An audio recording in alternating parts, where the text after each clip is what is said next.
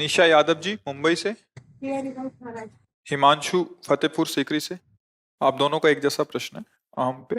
राधे राधे गुरुजी, आपके चरणों में कोटि कोटि नमन। गुरुजी, भगवान की कृपा से मुझ अधम से कोई सत्कर्म होता है तो बाद में ध्यान आता है कि ये प्रभु करवा रहे हैं, मेरी सामर्थ्य कहाँ। लेकिन गुरुजी, कार्य करते समय अहम रहता है कि मैं कर रहा हूँ। कुछ प्रभु, इस नहीं अहम को बिगड़ कैसे। कुछ नहीं बिगड़ेगा। बहुत सुंदर है। जैसे सब में भगवत भाव है ना, तो तत्काल थोड़ी हो जाता है। मतलब हम किसी व्यक्ति से मिले, व्यवहार हुआ, इसके बाद ध्यान आया कि सब में भगवान है, हम उसी समय फिर भाव कर लेते हैं।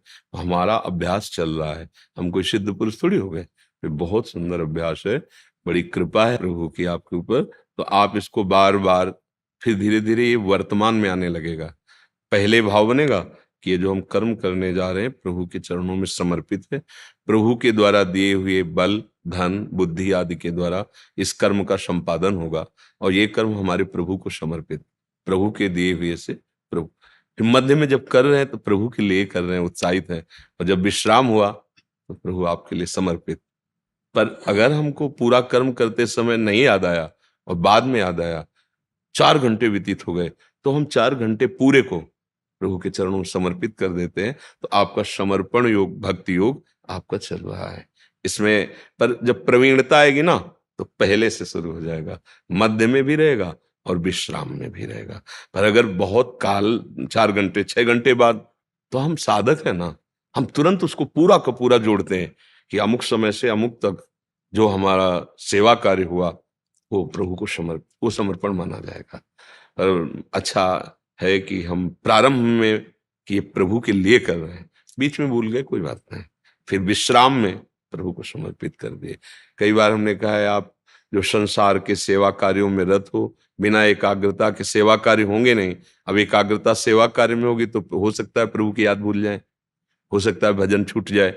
तो आप 8 घंटे काम कर रहे हैं, 8 घंटे में 2 4 10 बार तो याद कर सकते हैं ना। 8 घंटे में 2 4 बार राधा राधा नहीं बोल सकते।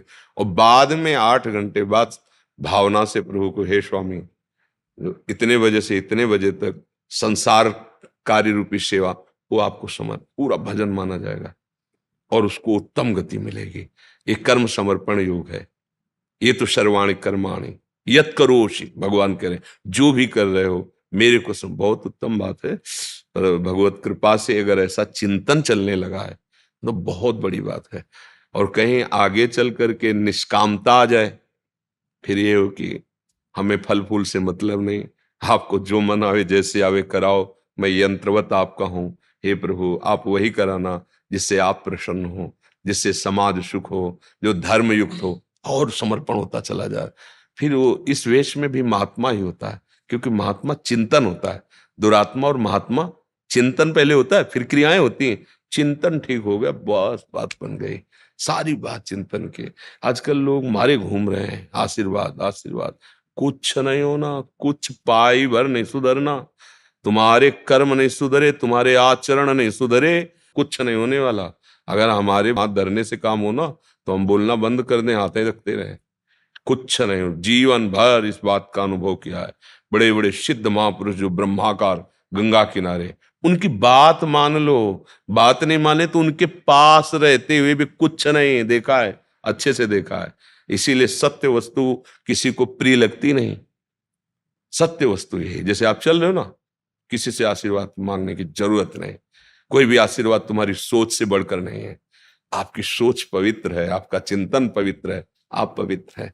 जिससे तुम आशीर्वाद मांग रहे हो, वो क्यों आशीर्वाद देने लायक है, विचार करो इस पर। आप उससे क्यों आशीर्वाद मांग रहे हैं? बोले भगवान का भगत है ना, इसको शास्त्रों ज्ञान है ना, तो तुम नहीं हो सकते क्या? बात समझो। जिसके पास तुम आए हो वो क्यों इतना महान माना जाता है? क्योंकि वो भगवान का दास है, वो भगवान का भजन करता है, वो अच्छे आचरण वाला है। तो आप क्यों नहीं हो सकते? आप भगवान के अंश हैं, आप अच्छे आचरण वाले बनिए, आप भजन करने वाले बनिए। आप हमारे समान हैं, हमारे प्रभु के समान बच्चे हैं। इसमें पंचभौतिक, आपका पंचभौतिक, अंदर भागवतिक अंश वही वही तुम्हारे अंदर।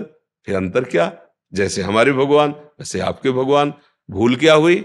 हम भोगों को अपना मानने लगे, वो भगवान को अपना मान रहे। ये भ्रम जो है ना, पूरे संसार को फंसाए हुए है।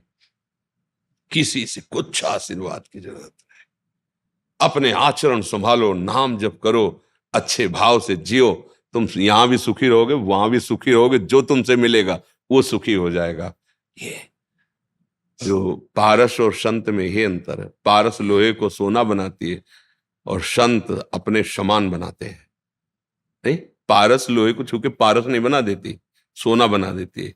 और संत अगर छू जाए हृदय से तो अपने समान। आप सरिश्ता है सबके, चाहे पैंट शर्ट में रहो, नौकरी करते रहो, पर तुम्हारा स्वभाव, तुम्हारे आचरण, एक बड़ा यार साधु स्वभाव का आदमी है।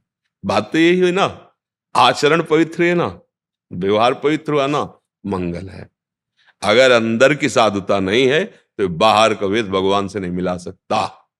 अंदर का अगर भगवत चिंतन परायण है, बाहर का वेश है, तो मानो सोने में जैसे सुगंध। ये तो जगत बंदनी है ही, वेश भी है और उद्देश्य भी है। और आपका वेश नहीं है पर उद्देश्य है, तो आप वही हो, अंतर नहीं है। विभीषण जी का कोई भागवतिक वेश बाहर से नहीं है। भगवान कहे तुम सरीखे संत प्रिय मोरे, तुम्हारे जैसे संत और आपके लिए ही मैं अवतार धारण करता हूं। तुम सरीखे संत प्रिय मोरे, धरो देह नहीं आन नहीं हो रहे। इसलिए बहुत जब आप जैसे नवयुवक प्रश्न करते हैं ना भागवतिक, तो हृदय शीतल होता है कि अभी अभी एक सुधर जाए तो सैकड़ों को सुधार देगा। एक बिगड़ जाए तो रिश्ते नाते परिवार मोहल्ला गांव सबको दुखी कर देता है। नहीं कर देता? मान लो एक आदमी हिंसा किया और उसको पूछा जाता है किस गांव में रहता, पूरे गांव में फोर्स जाएगा। माता पिता परिवार सबको प्रताड़ना मिलेगी, रिश्ते नाते संबंधी वहां नहीं मिलेगा। इसका जीजा कौन, इसका फूफा कौन, इसका मामा, जो जो संबंध है सब। और अगर भागवतिक है तो सबका मंगल हो जाता है। किस गांव का, अच्छा भाई प्रणाम करते हैं इस गांव को, ऐसा व्यक्ति है। अच्छा इस मोहल्ले को, इनके माता पिता को, हर संबंधी को सुख मिलता है। मोहल्ले को, देश बाहर तो किस बाहर बोले हम भारत के हैं।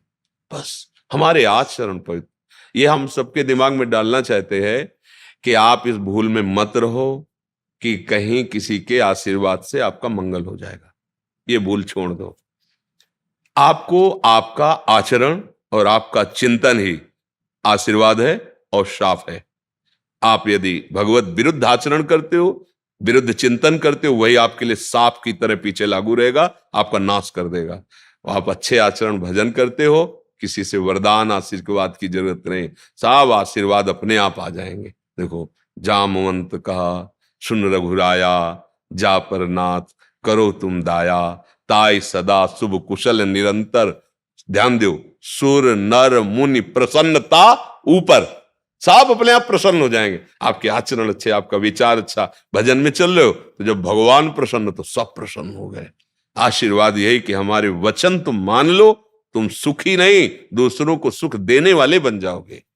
सतर्त सतरत सा लोकांत, परिवार को तार दोगे और सबको लोकांत, लोगों को तारने के सामर्थ्य। ये छोटा भाव कर लिया ना, हम भी सही, हम तो गृहस्थ, ऐसा ये हमारे जीवन का उद्देश्य प्रभु से मिलन है। अब जीने के लिए तो करना पड़ेगा ना, किसानी व्यापारी, अब गृहस्थी में हो तो लड़का बच्चा परिवार, ये गौड़ विषय, मुख्य विषय है। हम भगवान के हैं और भगवान की प्राप्ति करना हमारा उद्देश्य। तो अलग अलग मार्ग से प्राप्ति का अलग अलग उपदेश है। तो आप गृहस्थ मार्ग से भगवान के चिंतन में भजन में लगो।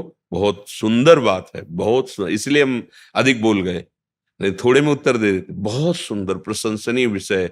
आप चिंतन करने लगे अपने कर्मों को प्रभु के समर्पण का, जीत गए। थोड़ा सा भी निष्काम कर्म समर्पण हो जाए तो दुर्गति नहीं होने देता, थोड़ा सा भी कर्म।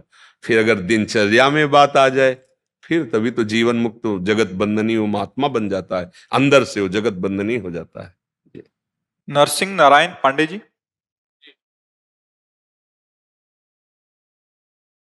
राधे राधे महाराज जी, आपके चरणों में कोटि कोटि प्रणाम। महाराज जी, राधा तत्व की अंतरंगता से अनुभूति में द्वैत भाव रहता है या नहीं? किसी भी उपासना में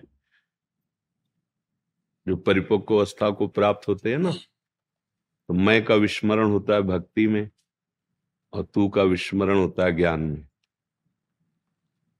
ज्ञान में सिर्फ मैं बचता है, सिर्फ मैं, अहम ब्रह्मास्मि। समझ रहे? वेदांत दर्शन के द्वारा गुरुदेव के सदवाक्यों का चिंतन करते हुए ब्रह्म सत्यम जगन मिथ्या, दूसरा जो नानात्व दिखाई दे रहा है, ये ब्रह्म है, ये मायाकृत है। एक सत्य ब्रह्म और वो मैं हूं। मैं, इसके सिवा द्वैत कोई है ही नहीं। ये ज्ञान की सिद्धि है। और भक्ति की सिद्धि है, मैं अंश हूं, उनका दास हूं, यहां से प्रारंभ होती है। और निरंतर शब्द स्पर्श रूप रस गंध का जो भोक्ता भाव लिए हुए अंतःकरण 5 ज्ञान इंद्रियों के साथ विषयों में विचरता है, उसका प्रभु के चरणों में समर्पण, तन की समस्त चेष्टाओं का समर्पण, स्वभाव भगवत चिंतन परायण, धीरे धीरे धीरे धीरे मैं सेवक, प्रभु मेरे स्वामी, तदात्म बढ़ता चला गया। भक्ति का स्वरूप है तन्मयाहा। इतना तन्मय हुआ कि मैं खो गया। केवल प्रभु, केवल प्रभु। मैं प्रभु का चिंतन कर रहा हूं, मैं प्रभु की सेवा कर रहा हूं, ये भी नहीं है। केवल सेव्य की सेवा हो रही है, मैं कर रहा हूं, इसका भी लय हो जाता है। ब्रह्म नहीं, माया नहीं, नहीं जीव नहीं काल, अपनी हूं सुधि ना रही, एक रहे नंदलाल। केवल हृदय में देखता है तो प्राण रूप से प्रभु ही संचलित हो रहे हैं। बाहर देखता है जड़ चैतन्य कछु नहीं दिखत, जित दिखत तित श्याम खड़े। देखो गोस्वामी जी देख रहे ना, जड़ चेतन जग जीव जत सकल राममय, सकल राममय जान। अब ये सकल शब्द केवल संबोधन के लिए है, केवल राम ही राम है, दूसरा नहीं। जैसे जित देखूं तित श्याममय, तो संबोधन के लिए जित है, वह क्या श्याममय। सर्वम खलमिदम ब्रह्म, सर्वम शब्द केवल संबोधन के लिए, क्या ब्रह्म ही ब्रह्म। मैं का लय हो जाना भक्ति की सिद्धि है, और तू का लय हो जाना ज्ञान की सिद्धि है। और मैं और तू, इसी का नाम माया है। मैं और मोर तोर तय माया। समझ पा रहे हैं आप? श्री जगन्नाथ दास जी महाराज। जी महाराज, विराजो महाराज, विराजो, बस राधे राधे महाराज जी। विराजो महाराज जी।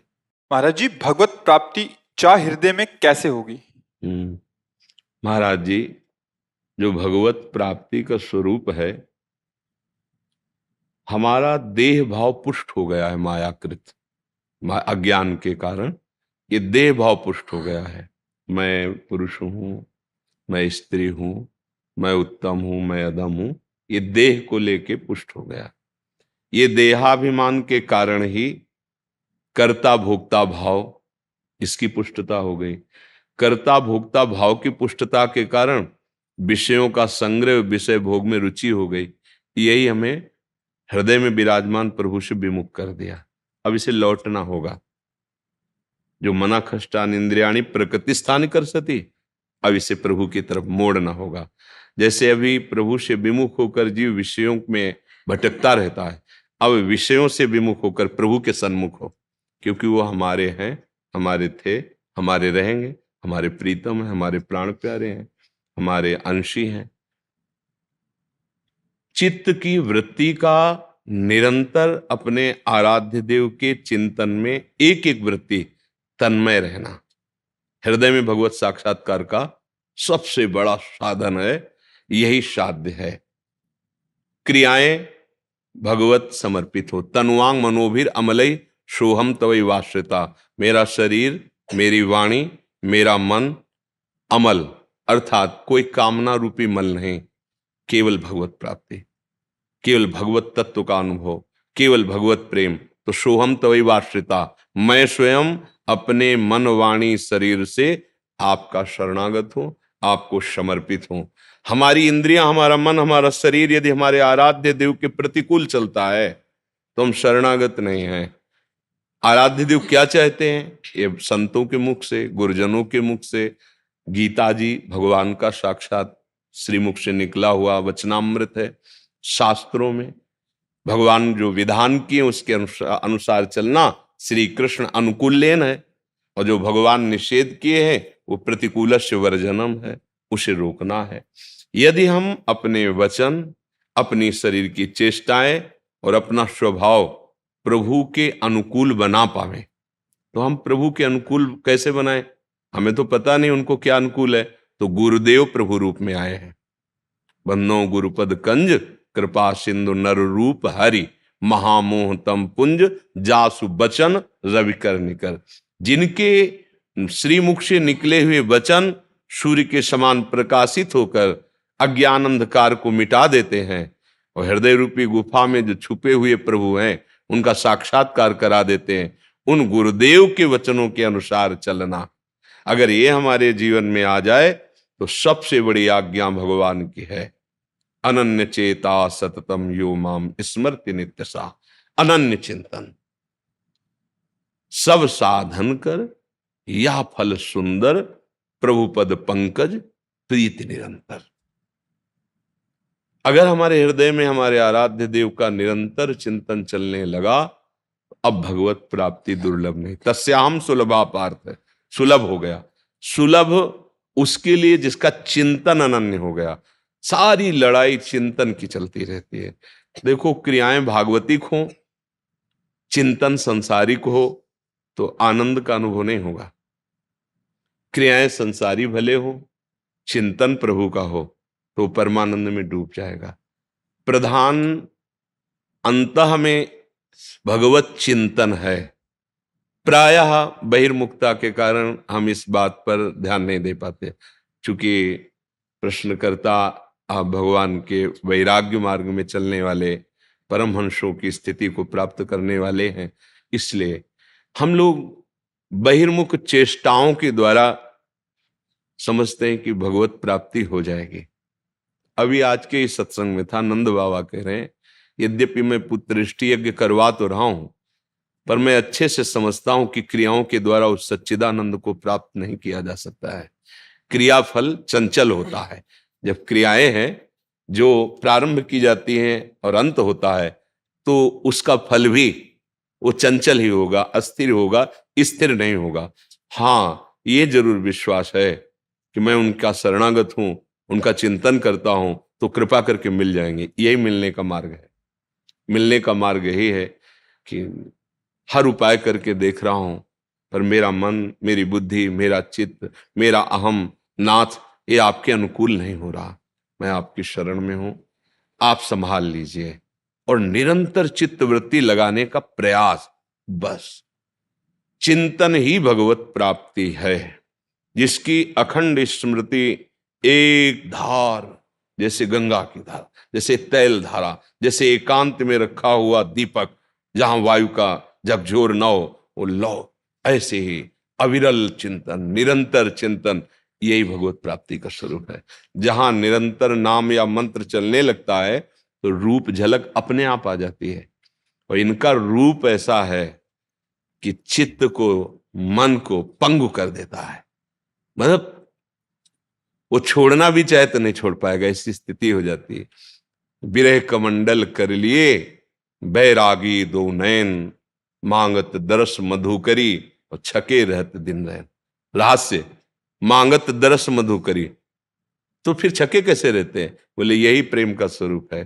तन मन के बिछुरे नहीं, पर चाह बढ़े दिन रैन, कभों संजोग न मानही, देखें भरी भरे नयन। अब उसे भगवत प्राप्ति कोई अलग से नहीं होती। जैसे हुआ ना, आए दर्शन दिए चले गए, वो तो शकामी भक्तों के पास, लेकिन प्रेमी भक्तों से ये दूर नहीं होते। ये तो बस जाते हैं, नेत्रों में बस जाते हैं, हृदय में। जाहि न चाही कबहु कछु, तुम सन सहज सने, तो बसो निरंतर तासुर सुराउर निजगे। आप उसके हृदय में निरंतर वास करो। कैसे? जैसे अपने घर में रहा जाता है। आयो, दर्शन दिए, वरदान दिए, चले गए, ये सकामी भक्तों के लिए।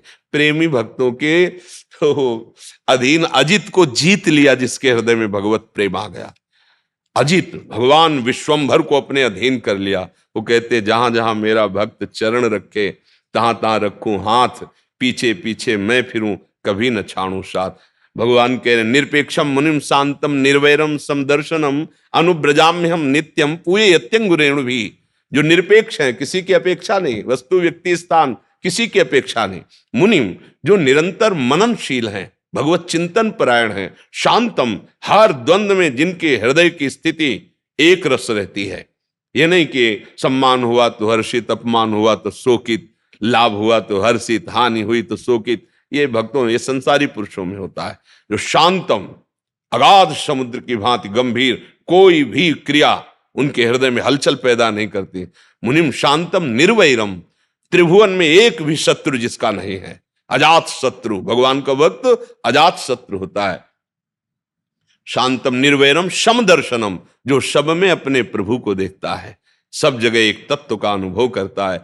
ऐसे भक्तों के पीछे मैं डोलता हूं कि उसकी चरण रज मेरे ऊपर पड़ जाए और मैं पावन हो जाऊं। ये भगवान के वचन है। स्वयं स्वयं श्री भगवान श्री कृष्णचंद्र जी कहते हैं एकादश स्कंद में, निरपेक्षम मुनिम शांतम निर्वैरम सम दर्शनम अनुब्रजाम्यहम नित्यम पुयेत्यंगुरेणु भी। ये कब? जब निरंतर भगवत चिंतन चल रहा है। इसलिए सब साधनों का एक ही सार है, मुहि लख परत भरत मते हो। जनक जी महाराज, वशिष्ठ जी महाराज, ये सब बड़े ज्ञानी हैं, पर भरत महिमा की जब बात आती तो कांप जाते। मेरी मति भरत की महिमा मानो अगाध जल राशि है, और मेरी मति अबला की भांति किनारे पर खड़ी कांप रही कि पार नहीं कर सकती। प्रेम, भरत अर्थात मूर्तिमान प्रेम। तो उन सब महापुरुषों का एक ही मत है कि आंखों से अश्रु प्रवाह हो, हृदय में उनका ध्यान हो, जिह्वा पे उनका नाम हो, इससे बड़ी कोई सिद्धि नहीं, इससे बड़ी कोई सिद्धि नहीं। फिर भगवत प्राप्ति करनी नहीं होती, वो नहीं छोड़ते हैं, वो नहीं छोड़ते हैं। भक्तन पाछे यो फिरे जो बछड़ा संग गाय, भक्तों के जीवन चरित्रों में, और आप स्वयं भजन करने वाले खुद अनुभव करें, पग पग पर आपको हरि का प्यार दुलार। कोई क्षण ऐसा नहीं कि अपने स्वामी के सानिध्य का हमें अनुभव ना हो, कोई क्षण ऐसा नहीं। पर यह है कि अगर आपने किसी और को अपना माना है तो वो प्यार वही कर रहे हैं, पर आप समझ नहीं पाएंगे। और अगर केवल एक बात है, एक भरोसो, एक बल, एक आस विश्वास, चातक की बात कह रहे हैं, एक राम घनश्याम हित। चातक का स्वभाव जानते हो? वो पी पी पी पी पुकार रहा है, दूसरे पक्षी ने कहा है बावरे, जिसे तू पी पी पुकार रहा है मेघ को, वो गर्जना करके तुझे डांट रहा है, ओले फेंक कर तेरे पंखों को चोट पहुंचा रहा है, फिर भी तुझे उससे प्यार कर रहा है। अरे तू पी पी करके पुकार रहा है, उसे अमृत बरसाना चाहिए, वो ओले बरसाता है। तो कहता तुम जानते ही नहीं हो, तुमने प्यार ही नहीं किया। मेरा मेघ गर्जना करके मुझे दुलार कर रहा है, ये जो पंखों में मेरे ओले पड़ते हैं ना, मुझे अपने प्रीतम के स्पर्श का अनुभव हो रहा, उसे दोष दर्शन नहीं हो रहा। एक चातक पक्षी उड़ के जा रहा था, थका हुआ लग रहा था। दूसरे पक्षियों ने कहा आओ इस वृक्ष पे विश्राम कर लो। उसने कहा नहीं, ये और जल से सींचा गया, सीधे मेघ जल से जो सींचा जाता है उसी वृक्ष में मैं बैठता हूं, क्योंकि मैं मेघ का प्रेमी हूं। आगे चल करके एक बहेलिये ने बाण मार दिया, वो गंगा की धारा में गिर गया, वो चोंच ऊपर किए। तो एक पक्षी ने पूछा कि गंगा की बूंद अंतिम समय मुख में चली जाए तो भगवान को प्राप्त होता है, तू चोंच ऊपर क्यों किए? बोले मैं चातक हूं, मैं केवल स्वाति जल पीता हूं जो मेघ से बरसता है, क्योंकि मैं प्यार मेघ से करता हूं। ये एक राम घनश्याम हित चातक तुलसीदास। ऐसी अनन्यता यदि इष्ट के प्रति हो, सतत चिंतन हो, तो किसी से पूछने की जरूरत नहीं, आपके हृदय रूपी अवध में सिया राम जी खेलते नजर आएंगे। निश्चित निश्चित ये संतों के अनुभव की और आपके भी अनुभव में है। आप देख लीजिए, अगर भजन मार्ग में हम ठीक से चल रहे तो हर कदम पर भगवान का दुलार, हर कदम पर उनका सानिध्य अनुभव होता है। किनका? जो अन्य आश्रय, अन्य संबंध स्वीकार नहीं किए। नहीं तो प्यार उन्हीं का, पर वो उसको व्यक्ति दिखाई देता है, उसको वस्तु दिखाई देती है, उसको संबंध दिखाई देता है। लेकिन जो अनन्य है उसको प्रभु दिखाई देते हैं, अनुभव होता है प्रभु।